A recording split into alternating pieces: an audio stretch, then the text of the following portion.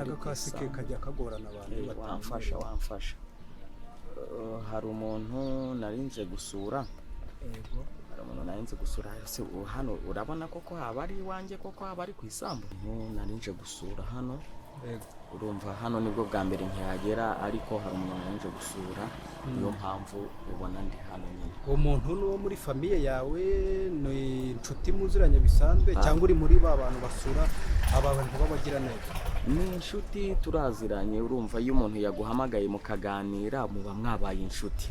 Ni inshuti tuziranye. Ntabwo ari ukukubaza ibintu byinshi hari ibintu wabazi ngo abamotari tubaza byinshi ariko impamvu buriya bagira ngo nanamenye n'isaha ushobora gusubirirayo menye nimba nahita nanagusubizayo ukanansubizayo nicyo mba nacaka nyine nta kintu nicyo rwose. Ariko ndabona rwose uri umubosi mwiza twanagendanye neza. Ubundi muri aka kazi hari abagenzi umuntu atwara bakagenda bamubwira nabi ugasanga umuntu nyine aragutura umujinya utazi aho yakuye bibaho nyine ariko we ntabwo uwo musirimu rwose uramutwara rimwe abagenzi tujya tugira uwo muco ugasanga rimwe uragiye uvuze nabi niba wabyukanye umunabi uvuze nabi ariko ntabwo ari umuco wakagombye kuranga abagenzi. Twakagombye kuganira cyane kuba ugomba kungezaho ungeza niba twavuganye igiciro ukangezaho ungeza hanyuma nkakwishyura ubundi nawe ugakomeza akazi kawe nanjye nkagenda mu bindi.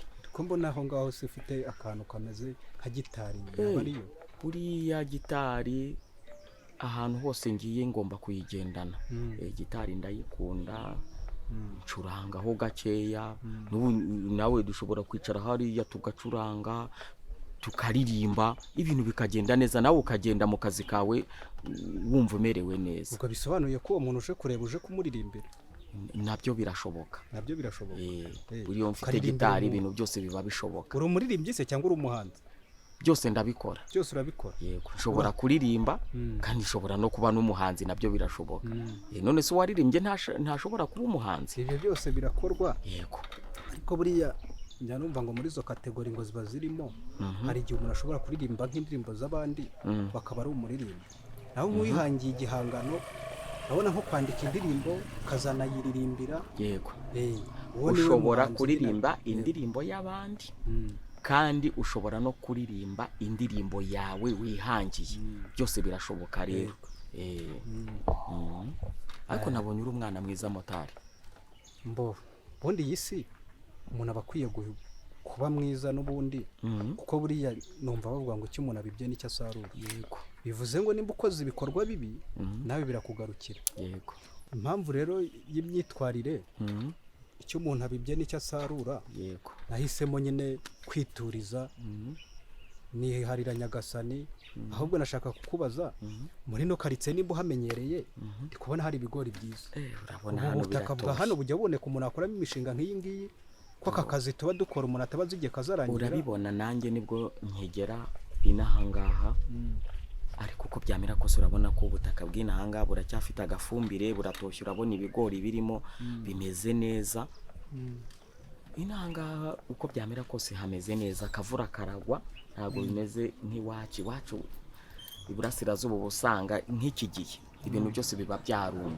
Bigaragara ko inahangaha hameze neza. Noneho hagati aho ngaho se yego nabonye inzu mbona byanze bikunze umuntu haba yaba ari umwana yaba ari umukecuru ko ndi kubona ukuntu nk'abantu b'abasore b'iki gihe. Ahangaha rero impamvu hanzanye ni umuntu twavuganye. Tumaze kuvugana arantumira nanjye nitabira ubutumire bwiwe. Niyo mpamvu wanzanye ahangaha gusa hano hari umuntu ufite ikibazo. Afite ikibazo? Yego, afite ikibazo. Ntabwo ari ikibazo cy'inzara. Ubuse ahantu hari ibigori nk'ibi ngibi urabona n'ibishyimbo birimo ubu koko wavuga ko ari ikibazo cy'inzara moto? Ikibazo subwo afite bwoko ki? Ni kuvuga ngo usibye ko wenda nakuganiriza nk'ino nkuru nta muntu ugomba kubibwira sibyo. Ariko hano hari umuntu ufite ikibazo cy'uburwayi bwo mu mutwe. Umuvandimwe wiwe niwe wampamagaye arambwira ngo rero usazi mfite umuvandimwe wanjye ufite ikibazo cy'uburwayi bwo mu mutwe, niyo mpamvu narinje kumusura ndebe, kuko njye ndi umuganga, niko kazi dukora. Niko kazi mukora? Niko kazi dukora, ni ukuvuga ngo njyewe ndi umuganga uvura uburwayi bwo mu mutwe. Uburwayi buba bwarizanye, buba buterwa n'ibibazo byo muri iyi si, byose birashoboka. Byose birashoboka. Hashobora kuba ari uburwayi bwizanye, yego. Ikindi hashobora kuba ari ibyo umuntu ubwiwe yizaniye. Ushobora kumbaza ati yizaniye gute umuntu yakwizanira uburwayi? Urugero, ushobora kunywa inzoga nyinshi zirengeje urugero, yego.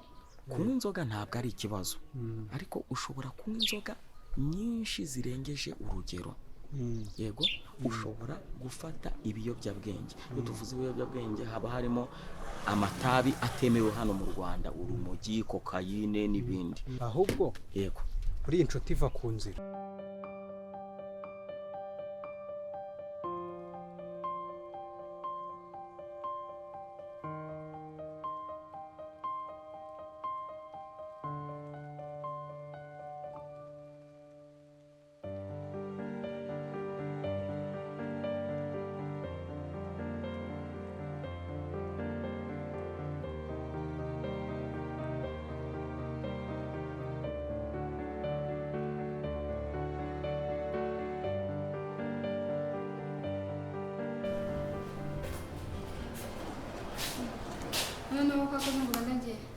hano ni kwa Kazungu bakurangiye. Akaza ko bambwiye ngo bagira ibintu byinshi n'amata afunze, rero nashakaga. Washakaga amata afunze? Mbona akajyanye mu kabari. Nyine amata afunze narayagiraga, ariko nyine ubu hasigayemo amaji n'inzoga zisanzwe, keretse wenda ubashije kuba waba nk'akaji tasi ki. Neza gutya amata yo utakirangura, waje kureba gute?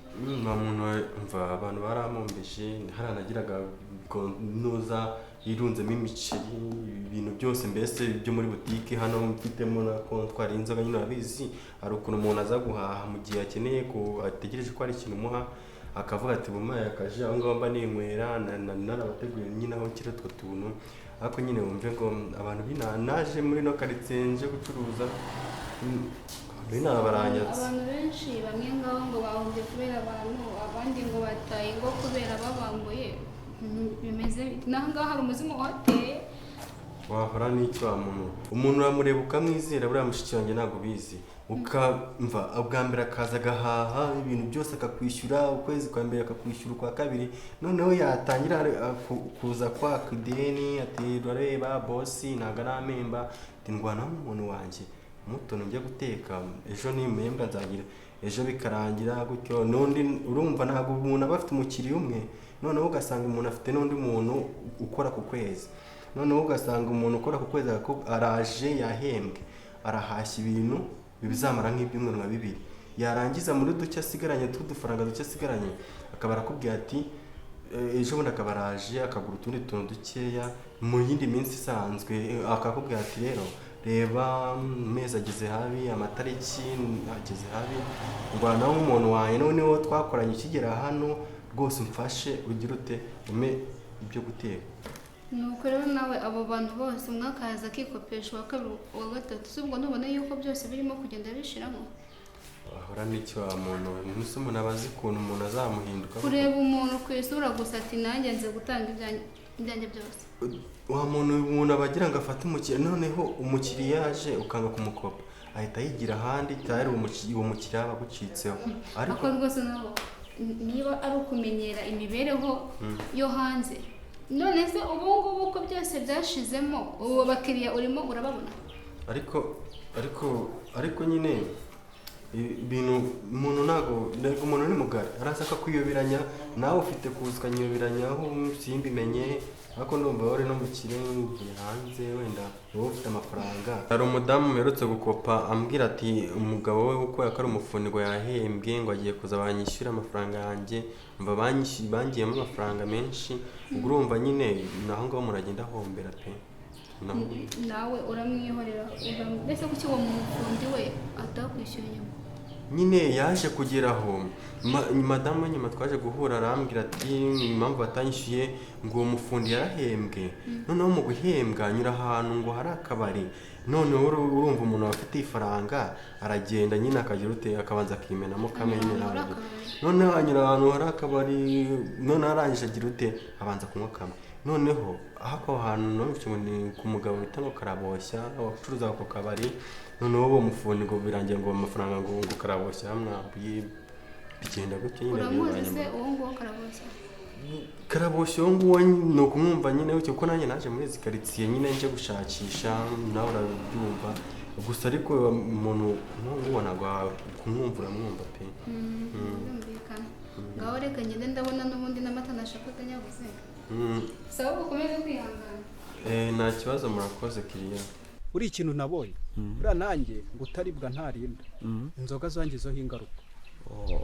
ubu muri iki gihe wambonye ndimo ntwara moto yego ubu mfite umuryango ariko rwose narazinyweye mu gihe gito nazinyweye kuko nari meze nk'umuntu urimo byiga urabizi ibigare bibaho hari abantu twakoranaga ahantu ku ishansiye twubaka nkajya mbona nyine bajya gusoma hari ibyo bita ngo ni amazi ngo y'inivo ngo cyangwa ikamba ngo ry'icyatsi hagenda ibyo ntabizi ntisanga nyine muri icyo kigare birangira nkweyeho gake nkomeza nywa kenshi birangira binyangije nanjye ubwanjye hari n'ahantu nagiye gukora ntanya amafaranga nzi ko nayagura n'itungo nzi ko n'umugore twayakoresha akagira akamaro nyura mu kabari mubona asanzemo aranyambura none ko ndi kubona uri gutwara moto byagenze gute kugira ngo wongere ugaruke gutwara moto kandi waranyuze aho ngaho ni amahirwe y'Imana kandi Imana ngo gitanga amahirwe ya kabiri cyane rwose ubwo nubwo nakoraga ku kazi nari mfite ibyangombwa byo gutwara abantu mpita mvuga nti nubwo bimeze gutya ntarirarenga nkwiye kwisubiraho ari nayo mpamvu umbonye nkuzanye wavuga ikintu kigendanye n'ibiyobyabwenge ukabona sinshaka kugenda byangizeho ingaruka niyo mbyumvishe mba numva ibikomere byinshi cyane yego naringize ngo ndagukerereje noneho mu baturanyi hari igihe usanga nk'urugo rwari rurimo umupapa wiyubashye umumama wiyubashye noneho bakanywa inzoga nyinshi bamara kunywa inzoga nyinshi ugasanga umuryango warasenyuka abana bakaba mayibobo abakobwa bameze nk'abangavu bakajya gukora uburaya ugasanga nyine umuryango urangiritse kandi ukangirika nta kindi kibiteye uretse ibibi by'ibiyobyabwenge n'inzoga zikabije mota ndumva ufite ubuhamya bwinshi ni bwinshi ibibi by'ibiyobyabwenge nawe urabyumva kandi warabibonye wabinyuzemo kugira ngo niyo mpamvu nakubwiye ngo ndi hano ariko naje gusura nyine umuntu ahangaha nyine urumva afite ikibazo nk'icyo ngicyo wahuye nacyo ahubwo ngize Imana ko nawe ubwawe ububi bw'ibiyobyabwenge ubuzi ubu rero naje gusura umuvandimwe ahangaha ndebe ukuntu twamufasha yongera agaruke mu nzira nziza urumva we yamaze kurohama none buriya umuntu rimwe na rimwe mukuru iyo aganirijwe akamenya ikibi cy'ibyo arimo akamenya n'icyiza cyo guhinduka buriya bijya bigenda neza kandi uwo murimo mukora ni umuhamagaro rwose Imana igibaho umugisha kuko nanjye nageze mu rugo nganira n'umudamu mbona ingaruka zose mfata umwanzuro wo guhinduka rwose pe n'ubu ngubu ku kabari kuhagera nshobora kugenda nkaganira n'abantu bitewe n'akazi dukora haba nanywa nka ji haba nanywa nk'ibindi bidasembuye bitewe n'uko namenye ikibi cy'ibiyobyabwenge n'inzoga namara kuyinywa iyo fanta ntikomereza nyine namara gukomeza yikorera akazi mu gitondo kandi nta bintu by'amahangova nta bintu nyine iyo wazinyweye hari igihe wegura umutwe ukumva cyane nanjye byambaye mbyuka ntazi uko byanjye yewe nanavuga uzi ko ufite n'ibikomere ku matwi ariko iyo mbibonye ni urwibutso rwose ntabwo amakosa nakoze na byose ahubwo inshuti iva ku nzu nta kuntu wampaka nimero kawe wamara kukampa noneho nkaba nanjye ndafata iyawe noneho yandike iyanjye ndabona uri umuntu usobanutse bitewe n'ibyo bibi by'inzoga zikabije na telefone narayigurishije ntayo mfite ariko ndateganya urabona nyine oya wagarutse mu murongo muzima ndi bugure agatelefone simukadi ariko ndayifite none reka nkwe nimero yanjye uze kumpamagara ndaguhamagara nimva ahangaha 078 yego 23 yego 74 84. 84. Iyo niyo nimero yanjye. Turi buze kuvugana kandi nge nshimishijwe nuko wagarutse mu nzira nzima. Ni wowe bwa mbere umpaye ubuhamya bw'ibiyobyabwenge. Nge nari ntaranakuganiriza ngo nkubwire ikinzanye hano, ariko wowe ubwawe uteye intambwe urambwira ngo ibiyobyabwenge byari byanasize ahangaha, ariko aka kanya nge ndahangaha. Komerezaho kandi ujye unabibwira n'abandi, ubigisha abamotari bagenzi bawe aho muri kwiseta mutegereje abaza ku cyapa, mutegereje umugenzi, umubwire ngo ntabwo dushobora gutwara twanyoye ahubwo ikindi bizakurinda birinde no n'abandi. mu muhanda Yego, urwego rushinzwe umutekano rujya rudufata, yego, rwamara kudufata rukaduhuhishamo. Yego. Iyo wanyweye inzoga bahita baguca amande, yego. kandi niyo bayaguciye ntabwo birangirira aho, hari n'ibindi bihano bikomerezaho. Reka ngani. Noneho ikintu ngiye gukora ngewe ahubwo nk'umusanzu wo kubaka igihugu, Yego. niba nawe uganiriza abantu nk'akazi kawe, Yego. nanjye ndabigira nk'inshingano zanjye. Nugira nk'uwajya kuganiriza ashaka kubona nk'impinduka z'umuntu waba warabikoresheje ariko agahinda, nzajya hari n'abandi nzi nanjye najya nza tukajyana, ukantangaho nk'urugero. Ntabwo bintera ipfuno cyane. Buriya undi mwanzuro nafashe ngiye kuzandika hano kuri moto yanjye, ibiyobyabwenge birica. Hanyuma reka mfate iya mbere nganiriza uyu muvandimwe, tuganire. Urumva ni umurwayi, ngomba kumuganiriza nka muganga, nkamwereka ibibi by'ibiyobyabwenge, kandi nzi neza ko azakira. Hanyuma akongera agasubira mu kazi kiwe, akongera agakora nk'uko byari bisanzwe. Hanyuma nawe umukoro nguhaye, jya uganiriza abandi. Uwo ubonye afite icyo kibazo, nimero yanjye ndaguhamagara mu kanya uyibone, ubundi rero ujye umpamagara umbwire ati nabonye undi muntu ufite ikibazo nka cya kindi. Ni nka ya gahunda twavugaga mu gutera ibiti, Yego. ngo nutema kimwe ujye utera bibiri. Ni ukuvuga ngo ubwo rero Yego. kuko ibyo biyobyabwenge nabivuyeho, Yego. nanjye ndajya nigisha abandi, dushaka Yego. uburyo tuzajya duhindura abantu. Nanjye Reka nkomeze akazi rero. inshingano zanjye ni ugufasha Yego. abarwayi. Ujye umpamagara, Yego. tuzajya tuvugana, umbwire ati hari umurwayi nabonye, turebe ko ibiyobyabwenge twabirandura hano mu Rwanda Yego. dufatanyije, kandi birashoboka. Sibyo? Urakoze cyane motari. Yego. Ndajya nkuvugisha, uri niwe urajya untwara. Yego. Urakoze cyane. Urakoze cyane.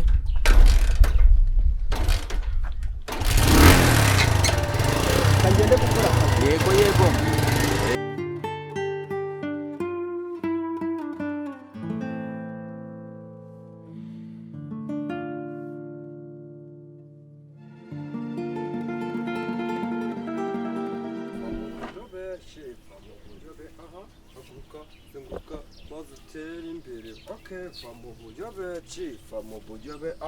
Haguruka zenguruka maze utere imbere. Rubyiruko yo ni neza wakintu cyo ubwenge burarahurwa, bayo nkugira inama kandi abajya inama, Imana irabasanga ikabaha amafaranga, twese bikabacanga bakatwita cyabakanga, kuko iyo ufite ifaranga uba ufite n'uburanga. Ndaguhereza ni hip hop ya Young Boy to OGP rapper man. Yo man, bimeze gute se man? Narbitu mani nahakunze mani, ni imiriro bya danje, uri kubyumva ahantu ewana. Mani uba hano se mani? Ewana hano niho nibera, wabona nyine nanjye ya uri kubyumva, ngiye mgeze hano kwa ruguru ku muhanda. Ebana mwise mboni iyi mihanda mani, iyi mudu kabisa, mpita mvuga ni kabisa iyi ni hudu kabisa.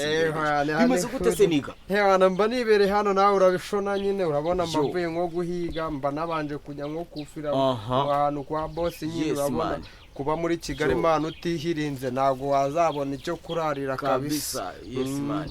Mani jewe buri mba ndi kuza insura amahudu kabisa, yo mbonye amahudu nkaya ngaya aryoshye mani, mpita mvuga ni iyi ni imiriro kabisa, iyi ni imiriro. Ariko mani nanagukunze mani. Nakantu wanamo se kuvanye keje mani. We nugira ikibazo mani, we nugira ikibazo, nuri mani. Yo.